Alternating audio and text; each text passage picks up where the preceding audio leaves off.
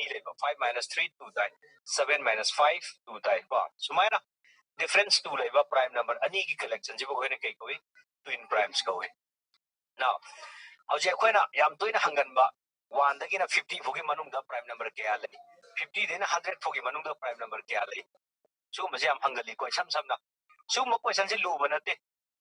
exam competitive exam da su ma lu ri ji ke ra ka da ko khang da de thira lai duine ba na na thira lai nge da mi na question manga hot karne tara hot karne al si di competition ni na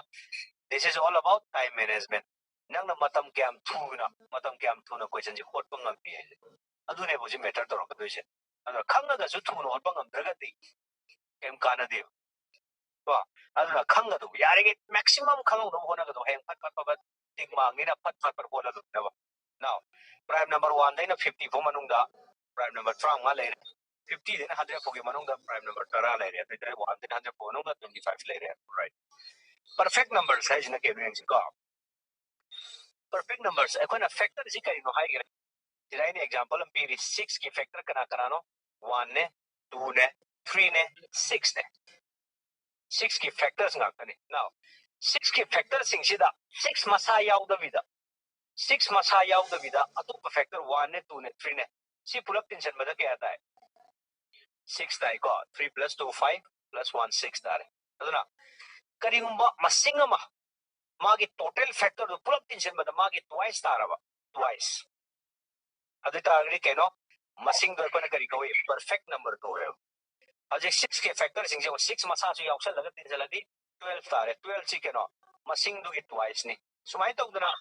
magi leiriba all positive factor ma am tension ma matam da masing do ki double hoira ba adu target keno ko na kari hai ni masing do perfect number ko hai example 6 am le re 28 le re 496 le re 8128 le re sumba example ko yamna real web example je tum khamjin be 6 ne 28 ne 496 ne 8128 ne si khangin be ai ko etc ga to ba so mu su le gre si mari si mari khangin be now sida ko na yamna kana ba makha da angka torok poda makha ta na to ba chapter torok poda yam kana ga do ko guess work ne akone MCQ da quite important of quite plus point ke no yam na angka hot pa idraga so guess to wa hera ba oh sidi sita ni oh si weta ni sita ni na kitang guess to wa hi bagi pangal si le ra ba adu tardi answer yam thura thuna khot pang nam bari angka hot ta bi da aduna guess to da mating yam torok ka do pa de je ko na divisibility te size divisibility test ko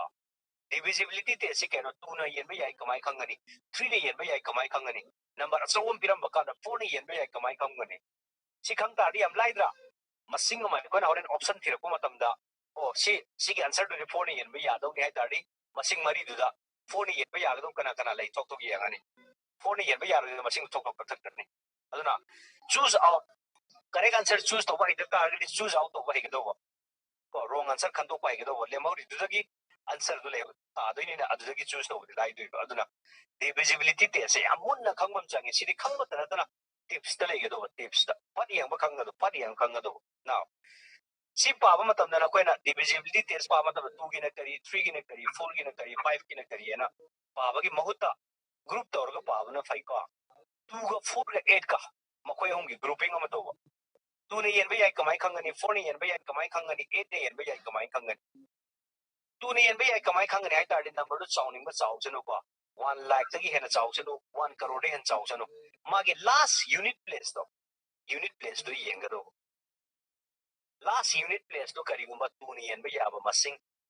ai ba di 0 2 4 8 6 8 sig masing jing jina loira ma last digit to ade tar complete number do ko 2 ne yen ba ya ne 4 gi na mai yang ni 2 ni yang kriba to mai na 4 da na kari last 2 digit yang kado unit 10 place pa last aroi bagi digit ani yang kado aroi bagi digit ani se kari ko 4 ni yang ba yara ba adu ta ra gadi masing do pull up 4 ni yang ba yara ne 8 ki na kamai to ni last 3 digit yang kado last 3 digit se kari ko 8 ni yang ba yara ba adu ta de masing do pull up ye ne 8 ni yang ba yara ne kange ko sina 2 go 4 ga 8 ga je pull lagai ko pari ji kai no comparatively study to ta ga de pot se khang bo je ngani ko ina remember to bo se ngani revise to bo su nungai gan adura 2 go 4 ga 8 ga group pun ba ta re ꯃꯈꯣꯏꯁꯦ ꯀꯩꯅꯣ ꯂꯥꯁ digit ꯂꯥꯁ 2 digit ꯂꯥꯁ 3 digit test ꯇꯧꯒꯗꯧꯕ ꯃꯊꯪꯗ 3ꯒ 9ꯒ 3ꯒ 9ꯒꯅ ꯀꯔꯤ ꯌꯦꯡꯒꯅꯤ ꯃꯥꯒꯤ ꯑꯦꯅꯤ ꯄꯤꯔꯝꯕ ꯃꯁꯤꯡꯗꯨꯒꯤ digital root ꯌꯦꯡꯒꯅꯤ ꯗꯤꯖꯤꯇꯦꯜ ꯔꯨꯠ ꯍꯥꯏꯁꯦ ꯀꯩꯅꯣ ꯅꯝꯕꯔꯗꯨꯗ ꯃꯁꯤꯡꯗꯨꯗ ꯌꯥꯎꯔꯤꯕ ꯗꯤꯖꯤꯠ ꯃꯌꯥꯝꯗꯣ ꯑꯗꯨꯒꯤ ꯇꯤꯟꯁꯤꯟꯕ ꯁꯨꯝ ꯇꯤꯟꯁꯤꯜꯂ ꯆꯠꯄ ꯀꯔꯤ ꯇꯥꯔꯛꯇ꯭ꯔꯤ ꯐꯥꯎꯕ 1 ꯗꯤꯖꯤꯠ ꯅꯝꯕꯔ ꯇꯥꯔꯛꯇ꯭ꯔꯤ ꯐꯥꯎꯕ ꯍꯥꯏꯕꯗꯤ 1ꯗꯒꯤ 9 ꯐꯥꯎꯒꯤ ꯃꯔꯛꯇ ꯇꯥꯔꯛꯇ꯭ꯔꯤ ꯐꯥꯎꯕ ꯑꯦꯛꯖꯥꯝꯄꯜ ꯑꯩꯅ ꯄꯤꯔꯦ ꯑꯦꯛꯖꯥꯝꯄꯜ ꯑꯃ 1057621 ꯍꯥꯏꯅ ꯄꯤꯔꯦ ꯅꯥꯎ ꯍꯧꯖꯤꯛ 1057629 ꯁꯤꯅ